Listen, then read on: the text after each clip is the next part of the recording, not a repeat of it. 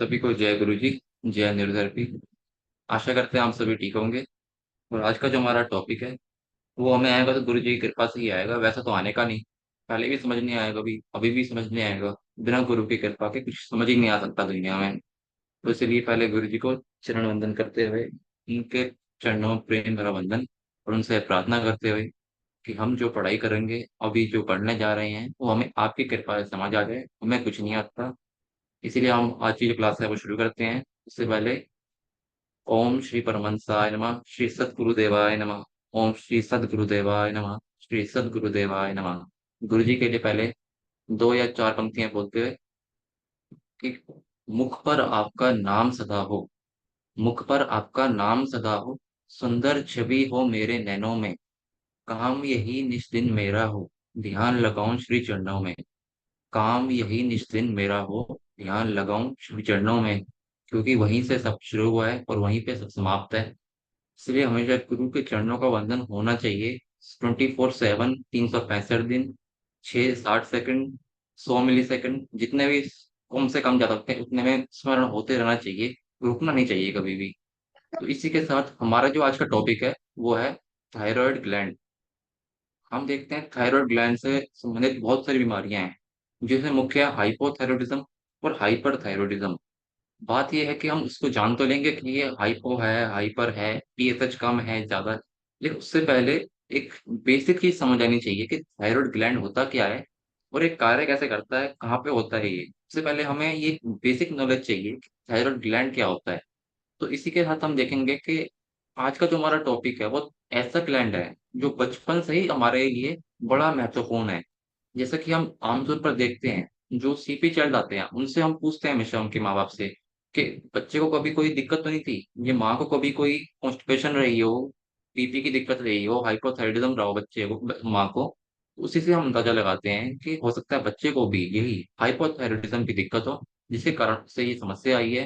क्योंकि इन्फेंसी में, यानी कि इन्फेंट स्टेज में जब बच्चा होता है उस समय थायराइड ग्लैंड ही हमारा विकास का कार्य करता है।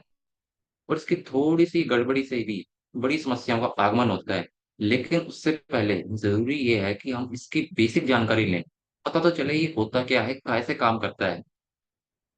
तो जो हमारा तरीका है थायराइड को स्टिमुलेट करने का, वो हम किसी कहीं 6 सेकंड का प्रेशर नहीं देते। लेकिन जब यहाँ पे जहाँ थायराइड ग्लैंड है वहां पर हल्का सा जर्क देते हैं, फिर माइनर सा प्रेशर देते हैं उसको स्टिमुलेट करने के लिए। इसी से हमारा थायराइड, हम उसको स्टिमुलेट करते हैं, एक्टिवेट करते हैं। अलग अलग काउंटिंग के लिए गुरुजी ने अलग अलग प्रयोग बता रखे हैं। लेकिन कुछ चीजें प्रैक्टिकल में देखने में हमें ज्यादा समझ आती हैं। तो हम पहले थ्योरी को देखेंगे एक बारी कि थायराइड ग्लैंड जो होता है वो तितली की शेप का होता है। अब जैसे कि देखेंगे, तितली होती है, दो पंख होते हैं। ऐसे ये थायराइड ग्लैंड है, इसकी भी ऐसी कुछ शेप बताई गई है कि दो पंखों की तरह इसका शेप है, तितली की तरह इसका शेप है यहाँ पे। The thyroid gland is a butterfly-shaped organ located in the front of the neck, just below the Adam's apple. Adam's apple क्या होता है हम यहाँ देखेंगे टच करके तो एक हड्डी दिखेगी हमारे को यहाँ पर। जब भी बच्चा कोई प्यूबर्टी हिट करता है तो उसको यहाँ पे एक एडम एप्पल दिखेगा, जिसके कारण हमारी जो वॉइस है उसमें होर्सनेस आती है, यानी कि भारीपन आता है। It plays a crucial role in regulating the body's metabolism through the production of hormones. Hormones क्या क्या है इसके, हमारा T3 T4 है और कैल्सिटोनिन है। और इसके जो सारे स्राव हैं जाते हैं सीधा ब्लड में। तो उसकी लोकेशन क्या होती है, लोकेशन होता है थायराइड ग्लैंड हमारे बिल्कुल गले में नीचे की तरफ स्थित होता है, यहाँ अंदर की तरफ। लैरिंक्स यानी कि हमारी जो वॉइस बॉक्स है उसके बिल्कुल नीचे की तरफ, और अबव द कॉलर बोन, यानी कि लगभग लगभग इस जगह पर। Anatomy, it consist of two lobes, right and left lobe, connected by the thin bridge of tissue called isthmus। यानी कि जो तितलियां हैं इसकी, मान लो तितली के दो पंख हैं, ऐसे ही थायराइड ग्लैंड के दो पंख हैं। दो पंखों को जो बीच में जोड़ने वाला एक ब्रिज है, एक बीच में एक मसल है, उसको कहते हैं isthmus। The bridge is called isthmus. Each lobe is composed of many tiny sacs like follicle that store thyroid hormones. Sac का मतलब होता है बोरियां, एक हम आसान भाषा में कहें तो वो छोटी छोटी बोरियां होती हैं। जैसा कि हम इधर देखेंगे तो यहाँ पे इसकी जो आकार है वो छोटे छोटे बोरियां जैसे हैं, उसमें जो थायराइड का जो हॉर्मोन्स है T3 T4 या कैल्शियम वहाँ स्टोर होता है। लेकिन जैसे जैसे पैंक्रियाज में हम देखते हैं कि अलग सेल्स जो होते हैं वो अलग अलग तरीके के हॉर्मोन्स रिलीज करते हैं। कुछ ऐसा ही इसी में होता है जो हम आगे डीप में जानेंगे। तो इसके जो हॉर्मोन्स होते हैं वो दो हॉर्मोन्स मुख्य माने गए हैं। एक होता है T4 यानी thyroxine, contains four iodine atoms. It is the primary hormone produced by the thyroid gland, but is less active compared to T3. जो हमारे जितने भी हॉर्मोन्स हैं यहाँ पे थायराइड ग्लैंड के, वो सब बने हैं आयोडीन से। आयोडीन जो एलिमेंट है, धातु है आयोडीन, हमने सुना हुआ आयोडीन धातु है। इसके कारण, इसकी कमी से यहाँ पर सूजन आया है, इसको हम कहते हैं गोइटर। फिर T3 को कहते हैं triiodothyronine, contains three iodine atoms and is more potent than T4। यानी कि T3 जो है वो T4 से ज्यादा शक्तिशाली है। Most T3 is produced from the conversion of T4 in the peripheral tissue. Peripheral tissue क्या होता है? यानी कि हमारे लंग्स, लीवर, पिट्यूटरी और किडनी के जो मसल्स हैं उसको हम कहते हैं पेरिफेरल टिश्यू, जो वहाँ के सेल्स हैं। T4 का क्या कार्य होता है? T4 होता क्या है, प्रोडक्शन क्या होता है इसका, पहले हम देखेंगे कि बनता कैसे है और इसका कार्य आगे कैसे बढ़ता है। प्रोडक्शन होता है, the thyroid gland produces T4 in larger quantities than T3। यही पढ़ रहे हो रे तुम? बोला था रात में पढ़ूंगा। डिस्टर्ब ना करें प्लीज। थायरोक्सिन जो है हमारा T4 प्रोडक्शन होता है इसका। The thyroid gland produces T4 in larger quantities in T3। About 80 to 90% of thyroid hormones released by the thyroid glands are T4 conversion. T4 is considered as pro-hormone, यानी कि inactive form है, because it is converted into the more active यानी कि T3 in tissues throughout the body such as liver and kidney. T4 क्या है कि थोड़ा less potent form है ये। less potent का मतलब है कि ये सक्रिय नहीं है पूरी तरीके से, इसलिए ये जब लीवर और किडनी के जो टिश्यूज हैं वो उसको सक्रियता प्रदान करते हैं। इसलिए जो T3 है वो ज्यादा सक्रिय माना जाता है T4 के मुकाबले। इसीलिए हम देखेंगे कि वहां पे जो हमारी गोलियां मिलती हैं वो गोलियां भी हैं, जो दवाई होती है वो मुख्य तौर पर इसी पे काम करती हैं। फिर आता है हमारा T3 हार्मोन। T3 यानी कि ट्राई आयोडोथायोनिन। प्रोडक्शन जो होता है इसका, ऑल दो three is produced in smaller quantities by the thyroid gland, लगभग 10 से 20% की तरफ ये प्रोडक्शन होता हुआ थायराइड ग्लैंड से इसका। It is more potent and active form of thyroid gland conversion. T3 is derived from the conversion of T4 into T3 by diiodinized enzymes in peripheral tissue. आप इसका अगर कभी एक मेटाबॉलिज्म देखेंगे, इसका जो प्रोडक्शन है वो काफी लंबी स्टेज चलती है। इसमें अगर हम बहुत डीप में जाएं, अगर बायोलॉजिकल लेवल में जाएं या बायोकेमिकल लेवल पर जाएं, तो हम देखेंगे कि इसके लिए आयोडीन चाहिए होता है। आयोडीन का भी बड़ा लंबा एक प्रोसेस है, वो पहले पेट में जाएगा, हजम होगा, उसका एब्जॉर्प्शन होगा, फिर लीवर में जाएगा, अलग अलग बड़ी सारी प्रोसेस होती है, उसकी ऑक्सीडेशन होता है, रिडक्शन होता है। करते करने के बाद, इसके बाद जाके कहीं ये हॉर्मोन्स बनते हैं हमारे थायराइड के। इससे पहले T4 के बाद पेरिफेरल टिश्यूज यानी कि लीवर और मुख्य तौर पर किडनी में इसका जो कन्वर्जन होता है T4 का T3 में। फिर इसी के साथ हम देखेंगे यहाँ पे दिखा रखा है कि T3 का जो परसेंटेज है वो 10 से 15% है। T4 का जो परसेंटेज है वो है 85 to 90%। T4 and T3 are produced by the thyroid gland. T4 is better for transport through the body. T3 is more biologically active. Functions क्या है T3 और T4 के, हमने देखा तो सही, हम थेरेड पॉइंट भी दे रहे हैं, अलग अलग पॉइंट देखिए, लेकिन वो कार्य क्या करते हैं? Metabolism. Both T3 and T4 regulate the metabolic activities, metabolic rate, affecting how quickly cells use energy and produce heat. हमारे जो पीछे आप देख रहे हैं जो स्ट्रक्चर है, यहाँ पे एक सेल का स्ट्रक्चर दिखाया हुआ है यहाँ पे। सेल के अंदर जितनी भी मेटाबॉलिक एक्टिविटीज होती हैं उसमें T3 T4 यानी कि थायराइड ग्लैंड का बहुत बड़ा रोल है। क्योंकि जो भी कार्य होगा पहले एक सेल के लेवल पर होगा, सेलुलर लेवल पर होगा, फिर करते करते हम उसका असर यहाँ देखेंगे कि यहाँ कुछ हाथ में चल रहा, पेट खराब है या कोई और दिक्कत है, लेकिन पहले जो दिक्कत आएगी वो सेल के लेवल पर ही आएगी। Growth and development. Thyroid hormones are essential for normal growth and development, particularly for the brain and nervous system in the infants and children. क्यों गुरुजी ने बोला कि बच्चे को जब जन्म होगा उस समय थायराइड ग्लैंड का सही कार्य करना बहुत ज्यादा जरूरी है। अगर उसने सही कार्य नहीं किया, मान लो अगर उसको थायराइड हाइपो है, उसने पूरी तरह कार्य नहीं किया अपनी क्षमता के मुकाबले, तो बच्चा हो सकता है थोड़ा स्पेशल चिल्ड्रन के कैटेगरी में आए, या फिर थोड़ा सा कम उसमें डेवलपमेंट होगी, धीमी डेवलपमेंट होगी, उसका ब्रेन या नर्वस सिस्टम थोड़ा सा स्लो होगा। इसलिए सबसे बड़ी रिस्पॉन्सिबिलिटी जो है वो पहले माँ बाप की आती है, क्योंकि वो खुद को पहले ठीक करें। अगर वो खुद ठीक होंगे, उनके विटामिन मिनरल्स सभी ठीक होंगे, मेटाबॉलिज्म ठीक होगा, तो आगे बच्चे पर असर नहीं पड़ेगा इसका। Heart rate and cardiovascular system. T3 and T4 influence heart rate, cardiac output and blood pressure. तो गुरुजी ने क्यों बोला ऐसा कि हार्ट के पेशेंट को फोर्थ थायराइड नहीं देना? क्योंकि फोर्थ थायराइड अगर देंगे तो वो उसी समय आपकी मेटाबॉलिक रेट को बढ़ाएगा, हार्ट रेट को बढ़ाएगा, जिससे कई लोगों को समस्या या दिक्कत हो जाती है। माने उनको डिस्कम्फर्ट फील होता है। ऐसा नहीं कह सकते कि हम देंगे तो कुछ बहुत बड़ी दिक्कत हो जाएगी, लेकिन दिक्कत हो सकती है। हमें प्रिकॉशन पता होना चाहिए कि ये पॉइंट से ये ऐसी दिक्कत हो सकती है। उसके बाद आता है temperature regulation. They help maintain body temperature by increasing basal metabolic rate. वो हम देखेंगे कि हमारा जो फॉर्मूला आया विड्रॉल ट्रीटमेंट, उसमें भी फोर्थ आता है। हम देखते हैं कि गुरुजी ने बोला जिसको पंखे की हवा में भी ठंड लगेगी, उसको हाइपोथायरॉयडिज्म है, उसका थायराइड कम काम कर रहा है। हम अभी भी बहुत पेशेंट देखते हैं ऐसे जिनको पंखे की हवा में भी ठंड लगती है। उनको जब हम देखेंगे बॉडी में देखेंगे, तो उनको कहीं ना कहीं तो उनके दादा दादी को, माता पिता को कहीं ना कहीं परिवार में मिलेगा कि एक हेरिडिटी चल रही है हाइपोथायराइडिज्म की या कॉन्स्टिपेशन की। लगभग लगभग पेट की समस्याएं ज्यादा देखने को मिलती है इसमें। Protein synthesis, thyroid hormones promote the synthesis of protein in various tissues. अब इसमें एक बेसिक चीज है कि ये इसका मेटाबॉलिक रेट इतना अच्छा है कि ये हर एक प्रोसेस को एम्पलीफाई कर सकता है। Carbohydrate and metabolic lipid metabolism, they enhance glucose utilization and lipid metabolism affecting blood sugar and cholesterol levels. और फिर से इसमें आता है हमारा कि क्यों इसके शुगर के पेशेंट को क्या हम बोलते हैं कोलेस्ट्रॉल बढ़ा हुआ है, तो क्यों कोलेस्ट्रॉल में हम 4 थायराइड देंगे, 2 थायराइड देंगे, 10/2 थायराइड देंगे, तो क्यों गुरुजी ने ऐसा फॉर्मूले बनाए। एक बहुत ही बड़ा बेसिक चीज है इसमें और बड़ी एनाटॉमी छुपी हुई है इसके पीछे। गुरुजी के सारे फॉर्मूले जो हैं, जितने भी फॉर्मूले हैं, बिल्कुल से बिल्कुल लॉजिकल हैं। और बिल्कुल उन्होंने हर एक चीज को ध्यान में रखकर बनाए हैं। कोई चीज से किसी भी चीज को दिक्कत नहीं आना चाहिए, इसलिए 2 थायराइड रखा जिससे किसी को दिक्कत ना हो। हालांकि किसी को दिक्कत है तो 2 थायराइड ना देकर 1 थायराइड देंगे या हाफ से भी काम चल जाता है। तो इसलिए टेम्परेचर रेगुलेशन में हम देखेंगे कभी तो विड्रॉल ट्रीटमेंट, नहीं तो एस्ट्रो ट्रीटमेंट से बहुत अच्छा रिजल्ट आता है। रामन ट्रीटमेंट देंगे उससे भी अच्छा रिजल्ट आता है।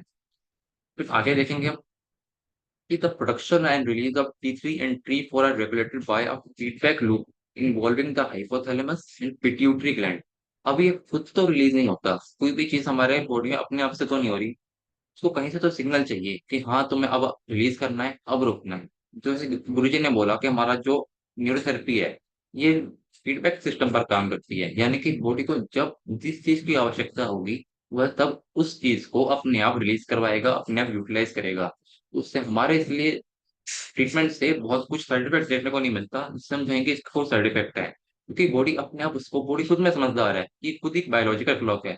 इसको पता है कब क्या चाहिए कब क्या नहीं चाहिए। कुछ बड़ा है तो मुझे कम करना है, कुछ कम है तो मेरे को उसको नॉर्मल लेवल पर लेके आना है। बढ़ाना हाइपर हो गया तो वो अलग दिक्कत है, हाइपर पे चला गया फिर वो अलग दिक्कत है।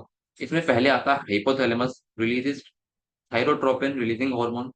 ये एक टीआरएच नाम का एक हार्मोन रिलीज करेगा जो सिग्नल देगा पिट्यूटरी ग्लैंड पर। TRH stimulates the pituitary gland to release thyroid stimulating hormone TSH. अब ये टीएसएच जो है वो आगे थायराइड को स्टिमुलेट करेगा। THH stimulates the thyroid gland to produce and release T3 and T4। फिर feedback loop, elevated levels of T and T3 and T4 inhibits the release of TRH and TSH, maintaining hormone levels within a normal range। इसमें क्या होगा जब T3 और T4 का level कम होगा तो hypothalamus के रिसेप्टर्स उसको जान लेंगे कि ये तो लेवल कम है, मेरे को इसको रिलीज करवाना है। तो हाइपोथैलेमस पहले बोलेगा पिट्यूटरी को, पिट्यूटरी फिर जोर देगा थायराइड ग्लैंड पर। फिर वहां से T3 और T4 रिलीज होंगे। और बाय चांस T3 और T4 अपने क्षमता से ज्यादा रिलीज हो गए तो भी मैसेज आएगा हाइपोथैलेमस के पास। हाइपोथैलेमस ये पहचान लेगा और वो इनहिबिट कर देगा उसकी रिलीज को, यानी कि वो फिर टीआरएच को या टीएसएच को रिलीज होने से रोक लेगा, बंद कर देगा आगे का प्रोसेस। इससे स्वाभाविक रूप से T3 और T4 रिलीज होंगे ही नहीं। जैसा कि हम इसमें देखेंगे हाइपोथैलेमस से टीआरएच निकला, टीआरएच गया पिट्यूटरी के पास, पिट्यूटरी ने फिर एक टीएसएच छोड़ा। टीएसएच जब पहुंचा यहाँ पर रिसेप्टर्स पे पास पहुंचा, रिसेप्टर्स ने उसे पकड़ा, उससे उसने T3 और T4 को रिलीज किया। तो hypothalamus release TRH when the levels of T3 and T4 in the blood are low. The hypothalamus release TRH. Pituitary gland response. TRH stimulates the pituitary gland to release TSH. THS stimulates thyroid gland. TSH travels through the bloodstream to the thyroid gland. It binds the receptors of the thyroid gland, stimulating the production of T3 and T4। तो एक बड़ा लंबा खेल है कि अगर मान लीजिए किसी का हाइपोथैलेमस कम काम कर रहा है तो भी उसको हॉर्मोन्स की दिक्कत आएगी। पिट्यूटरी ग्लैंड अगर कम काम कर रहा है, मास्टर ग्लैंड कम काम कर रहा है तो भी दिक्कत आएगी। क्योंकि हम आज के टाइम में से ये कहते हैं और ये देखा है हमने कि जो लोग रात को लेट सोते हैं उसका तो पहले पीनियल ग्लैंड ही खराब होगा। खराब होने से वो मतलब क्या है, जैसे कि हम देखते हैं हमेशा कि शुरुआती हमारी जो फॉर्मूला है वो 40 सेकंड से होती है, हाफ पी 40 सेकंड, फिर 6 मिनट देते हैं, फिर थायराइड पी आएगा, फिर आगे का चाहे एडीआर हो, लेफ्ट ओवरी, राइट ओवरी या थायराइड हो, जो भी हो। क्योंकि शुरुआत गुरुजी ने हमेशा बोला है कि पीनियल ग्लैंड से ही शुरुआत होगी। क्यों? क्योंकि वही सब कुछ रिलीज होगा। वो सब कुछ पूरी बॉडी को वो देखता है वो। क्योंकि हर एक फॉर्मूला में, चाहे बेटर न्यूबल जैसा बड़ा फॉर्मूला है, वहां पे भी ये गुरुजी ने रखा कि पीनियल ग्लैंड का सही होना बहुत ज्यादा जरूरी है। और जैसा हम हमेशा देखते हैं कि अगर वो गड़बड़ है तो आगे का पूरा प्रोसेस गड़बड़ गड़बड़ जाएगा। Increased level of T3 and T4, T3 and T4 enter the bloodstream and are distributed throughout the body. These hormones regulate metabolism and influence various physiological processes. Negative feedback system. When the levels of T3 and T4 increase to an optimal level, यानी कि optimal का level मतलब क्या है, एक सामान्य यानी कि नॉर्मल लेवल पर जब भी आएंगे, they exert negative feedback system to the hypothalamus and pituitary gland. कहने का मतलब क्या है, सिंपल सिंपल कि जब T3 और T4 का लेवल बढ़ा हुआ होगा तो हाइपोथैलेमस के पास मैसेज जाएगा। हाइपोथैलेमस क्या करेगा, उसका प्रोडक्शन बंद कर देगा टीआरएच का, फिर टीएसएच का भी प्रोडक्शन बंद हो जाएगा। और जब ये एक ऑप्टिमल लेवल पर आ जाएंगे तो ये ग्रुप अपने आप ही स्टॉप हो जाती है। Inhibition of TRH and TSH. High levels of T3 and T4 inhibits the release of TRH from the hypothalamus and TSH from the pituitary. ये भी हमने स्वाभाविक चीज देखी। This inhibition prevents further stimulation of the thyroid gland, maintaining hormone level within a normal range। यानी कि जो inhibit हुआ ये सिर्फ एक एक नॉर्मल एक मैकेनिज्म है, इसके द्वारा बॉडी खुद को होमो हेमोस्टेसिस में रखने के प्रयास करती है, होमोस्टेसिस में। तो गुरुजी ने क्या बताया टीएसएच के बारे में, ये हार्मोन एंटीरियर पिट्यूटरी द्वारा बनाया जाता है। जब हाइपोथैलेमस से टीआरएच निकलता है, यानी कि थायरोट्रोपिन रिलीजिंग हार्मोन, तब वह टीएसएच के निकास को स्टिमुलेट करता है, यानी उकसाता है। पहली बात, ये थायराइड ग्लैंड के विकास एवं कार्यशैली को बढ़ाता है तथा T3 और T4 के उत्पादन को बढ़ाता है। ये मेटाबॉलिज्म यानी चयापचय का नियंत्रण करता है। याद रहे, टीएसएच हार्मोन कैल्सिटोनिन को नहीं उकसा सकता, यानी कि एंटीरियर पिट्यूटरी का जो कंट्रोल है वो कैल्सिटोनिन पर नहीं है। ऑक्सीटोसिन, एफएसएच तथा एलएच, प्रोलेक्टिन, इनके बारे में फीमेल फीमेल रिप्रोडक्टिव सिस्टम में देखना होगा।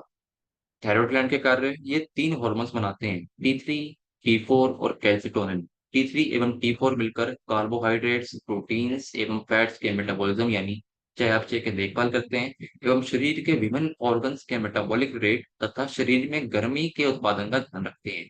इसलिए हमारे कुछ फॉर्मूला देखेंगे हम। इसमें ठंड लगती है पेशेंट को, खासकर विड्रॉल ट्रीटमेंट जैसा हमने पहले भी देखा, कब कभी छूट रही है, हाथ कांप रहे हैं, तो उसमें थायराइड देख के ही, मतलब कई लोगों को थायराइड देने से ही काफी अच्छा रिजल्ट मिलता है। कैल्शियम का कार्य है कि अगर ब्लड में कैल्शियम की मात्रा बढ़ जाए तो वह ऑस्टियोब्लास्ट को उकसाएगा, जो कि एक्सेस कैल्शियम को ब्लड से निकालकर वापस हड्डी में डाल देगा, बोन्स में डाल देगा। क्या आता है, शरीर शरीर में ऑक्सीजन सही मात्रा में हो और कार्बन डाइऑक्साइड सही प्रमाण में बाहर निकल जाए, यानी कि ऑक्सीजन का एक लेवल मेंटेन रहे और कार्बन डाइऑक्साइड ऑक्सीजन ब्लड में ना रहकर शरीर से बाहर निकलती रहे। इसकी देखभाल भी थायराइड ग्लैंड ही करता है। थायराइड ग्लैंड से आयोडीन निकलता है जो घावों को जल्दी ठीक करने में मदद करता है। इसीलिए पुराने घावों को ठीक करने के लिए फोर थायराइड देते हैं। थायराइड ग्लैंड का संबंध फीमेल ग्लैंड से भी है, तथा औरतों की बीमारियों में थायराइड देना लाभदायक देखा गया है। क्योंकि अगर थायराइड ठीक है तो आपका प्रोजेस्टेरोन और एस्ट्रोजन दोनों ठीक रहेंगे, खासकर एस्ट्रोजन तो काफी ठीक रहेगा उसमें, अगर हमारा थायराइड ठीक है तो। अगर ब्लड में T3 और T4 की मात्रा कम हो उसे हाइपोथायराइडिज्म कहेंगे, तथा जब उसकी मात्रा बढ़ जाए तो हाइपरथायराइडिज्म कहेंगे। थायराइड ग्लैंड के एनलार्जमेंट, यानी कि हम एनलार्जमेंट है अपने साइज से बड़ा हो जाना, स्प्लीन है एनलार्जमेंट, अपने साइज से वो बड़ा हो गया। लीवर का एनलार्जमेंट अपने साइज से बड़ा। हार्ट का एनलार्जमेंट अपने साइज से बड़ा। इन्फेक्शन के कारण ग्लैंड में इन्फ्लेमेशन होने, ट्यूमर, थायराइड ग्लैंड के हाइपो होने से भी, कम काम करने से, थायराइड ग्लैंड के हाइपर होने से भी, यानी कि बहुत एक्टिव हो गया, हाइपर एक्टिव हो गया। खाने में या पानी में आयोडीन की कमी होना, जैसे कि हम देखते हैं गोइटर होना, बिल्कुल फूल जाता है जो हमारा ये गला पेशेंट का, उसे कहते हैं गोइटर, जो कि आयोडीन की कमी से होता है। तो होता है कि T4 का कार्य क्या है, T3 T4 का गुरुजी ने क्या बताया उसके बारे में, हमने अभी तो देखा कि फिजियोलॉजी का बोलती है, लेकिन गुरुजी का अपना अनुभव क्या बोलता है। गुरुजी ने हमें क्या बताया वेद में लिखा हुआ, T4 और T3 से मिलकर दोनों ही आपस में काम करते हैं, उसका एक मतलब कॉम्बिनेशन है, इनका कोऑर्डिनेशन है। थायराइड ग्लैंड से T4 हार्मोन की ज्यादा मात्रा है, यानी कि 90% निकलते हैं, लेकिन जरूरतों के अनुसार शरीर में T4 और T3 में बदल दिया जाता है, यानी कि T4 is converted to T3। इससे शरीर का टेम्परेचर यानी तापमान का नियंत्रण होता है। जब थायराइड ग्लैंड के हॉर्मोन्स पर्याप्त मात्रा में नहीं निकलते हैं, तो उसे हाइपोथायरॉयडिज्म कहते हैं। इसका एक लक्षण है कि रक्त में TSH की मात्रा बढ़ जाएगी। ये मेटाबॉलिक रेट को कंट्रोल करते हैं एवं सारे शरीर के सेल्स को ठीक से काम करने के लिए उकसाते हैं। मुख्य रूप से कार्बोहाइड्रेट्स के चयापचय पर इनका काफी प्रभाव है। इसलिए ही जब थायराइड ग्लैंड हाइपो यानी कम काम करने लगता है, तब वह डायबिटीज का एक कारण बन जाता है, क्योंकि डायबिटीज शुगर यानी कि कार्बोहाइड्रेट से जुड़ी बीमारी है। ये ग्रोथ हार्मोन्स के कार्य को स्टिमुलेट करता है, यानी उससे उसका उकसाता है एवं सेल के अंदर एटीपी यानी कि एडिनोसाइन ट्राइफॉस्फेट बनने की गति बढ़ाते हैं। एडिनोसाइन ट्राइफॉस्फेट जो क्या है, हमारा एनर्जी करेंसी है हमारे सेल्स का। इसके द्वारा ही आदान प्रदान होता है एनर्जी का। ये रक्त में कोलेस्ट्रॉल, फॉस्फोलिपिड्स और ट्राइग्लिसराइड्स की मात्रा को कम करते हैं एवं फ्री फैटी एसिड्स की मात्रा को बढ़ाते हैं। यानी मोटापे का एक मुख्य कारण है थायराइड ग्लैंड का हाइपो होना, यानी कम काम करना। लेकिन इसमें ध्यान रखना चाहिए कि सिर्फ कम से कम आज के टाइम में सिर्फ एक हाइपोथायराइडिज्म नहीं होगा, उसके और भी बहुत सारे कारण होंगे। सबसे पहला कारण तो है खराब जीवन शैली। ये वासोडाइलेशन करते हैं, यानी रक्त की नलिकाओं के अंदर व्यास का ये बढ़ाते हैं, यानी कि उसका जो साइज है, डायमीटर है, वो बढ़ जाता है। जिससे उस भाग में रक्त का प्रवाह बढ़ेगा। T4 हार्मोन बीटा कैरोटीन को विटामिन ए में बदलते हैं, जो कि आंखों के लिए बहुत अच्छे माने जाते हैं। इसलिए ही आंखों की बीमारियों में फोर्थ थायराइड देने से लाभ मिलता है। ये न्यूक्लियस के अंदर तथा सारे शरीर के कार्यों, फंक्शनल एक्टिविटी में प्रगति लाते हैं। T3 और T4 सेल्स के न्यूक्लियस के अंदर डीएनए और आरएनए का अदल बदल होता है। इसमें ये महत्वपूर्ण भूमिका निभाते हैं। इसलिए हम देखेंगे 1 WD, 1 thyroid 6 ADR, 1 pituitary, 1 thyroid 6 ADR। Thyroid जो है वो डीएनए है, इसलिए इस कार्य को जीन्स के न्यूक्लियर ट्रांसक्रिप्शन कहते हैं। न्यूक्लियर ट्रांसक्रिप्शन क्या है कि जब डीएनए का मतलब ट्रांसक्रिप्शन जब होगा, जब रेप्लिकेशन का टाइम आएगा, तब ये ट्रांसक्रिप्शन की एक स्टेज आती है, इसको कहते हैं न्यूक्लियर ट्रांसक्रिप्शन। बचपन में ही कैल्शियोटोनिन का कार्य महत्वपूर्ण है। कैल्शियोटोनिन के लिए गुरुजी क्या कहते हैं, बचपन से ही बड़ा महत्वपूर्ण है। उसी के कारण हड्डियां घने और मजबूत बनते हैं। इसका मुख्य कार्य है रक्त एवं ईसीएफ यानी कि एक्स्ट्रा सेलुलर फ्लूइड में कैल्शियम की मात्रा को घटाना। कैल्शियोटोनिन का नियंत्रण ब्लड के कैल्शियम पर निर्भर करता है। जब रक्त में कैल्शियम की मात्रा 11 ग्राम पर डेकालीटर से ज्यादा हो जाए, तब यह निम्न प्रकार से कार्य करते हैं। ये पीटीएच यानी पैरा थायराइड ग्लैंड हार्मोन, यानी कि जो पीटीएच ग्लैंड से निकलेगा, वह ओस्टियोक्लास्ट को रोकते हैं कि वे बोन से कैल्शियम निकालकर ब्लड में न डालें, यानी कि पीटीएच के कार्य को वो रोक देगा। पीटीएच क्या है, हमारे थायराइड के पीछे छोटी छोटी 4 ग्लैंड्स हैं, उसको उसके कार्य को रोकेगा, कहीं वो हड्डी से बार बार निकाल के कैल्शियम को ब्लड में ना डाले। ओस्टियोब्लास्ट को उकसाते हैं, जिससे कि वह ब्लड से एक्सेस कैल्शियम निकालकर बोन में डाल दे। किडनी के ट्यूबुल्स को पर प्रभाव डालेंगे कि वह यूरिन द्वारा एक्सेस कैल्शियम को बाहर जाने देता है। बचपन में हड्डियों के आकार एवं साइज में काफी सारे चेंजेस होते हैं, तब हम इस हार्मोन का अधिक महत्व समझते हैं। याद रहे, टीएसएच हार्मोन कैल्शिटोनिन को नहीं उकसाता तथा पिट्यूटरी का कैल्शिटोनिन पर कोई भी प्रभाव नहीं है। कैल्शिटोनिन जो है निर्भर करेगा हमारे ब्लड के मतलब सीरम लेवल, जो हमारा कैल्शियम सीरम लेवल है। अगर ब्लड में कैल्शियम की मात्रा 9 से 11 मिलीग्राम पर डेकालीटर से अधिक हो जाए, तो उसे हाइपर कैल्सीमिया कहते हैं। इसको ब्लड टेस्ट से पता लगाया जा सकता है। इसके लक्षण होते हैं कॉन्स्टिपेशन, भूख ना लगना या खाने को जो जी ना करना, जी मचलना, सुस्ती एवं आलसपन, उल्टियों की प्रवृत्ति होना, एक्सेस यूरिन का आना, एमसी उतार चढ़ाव होना यानी कि मासिक धर्म में उतार चढ़ाव होना, कई सालों तक एक्सेस कैल्शियम हो तो किडनी स्टोन या ब्लड क्लॉट बन जाते हैं। इसका एक बड़ा कारण है हमारे कैल्शियम का ठीक से कार्य ना करना। यानी कि ब्लड में एक्सेस कैल्शियम होना भी खराब है, कम होना भी खराब है। इसीलिए हर चीज को चाहिए बैलेंस। बैलेंस मेंटेन करना सबसे ज्यादा जरूरी है। फिर आता है कि थायराइड का है या T3 या T4 का है, उनसे रिलेटेड बीमारियां कौन सी हैं, जो हम अगली क्लास में पढ़ेंगे। पहला है हाइपोथायराइडिज्म। कॉज क्या है इसका, insufficient production of T3 and T4। Symptoms, fatigue, weight gain, cold intolerance, depression, dry skin and hair loss. यानी कि सबसे बड़ा लक्षण जो हम देखते हैं यहाँ पर, कि पंखे की हवा में भी ठंड लगना, ठंड को सहन न कर पाना, मौसम यहाँ से यहाँ हुआ, यानी कि हल्का सा भी उतार चढ़ाव हुआ तो वो बल्कि सहन नहीं कर पाएगा इतनी जल्दी। अब ये नहीं कह सकते कि उसको हाइपोथायराइडिज्म ही है, लेकिन हम ये जरूर कहेंगे कि इसका थायराइड कुछ कम काम कर रहा है। यानी कि 1 रुपए में 90 पैसे का कार्य कर रहा है, ये 95 पैसे का कार्य कर रहा है, लेकिन 5 पैसे तो कम कार्य कर रहा है ना वो।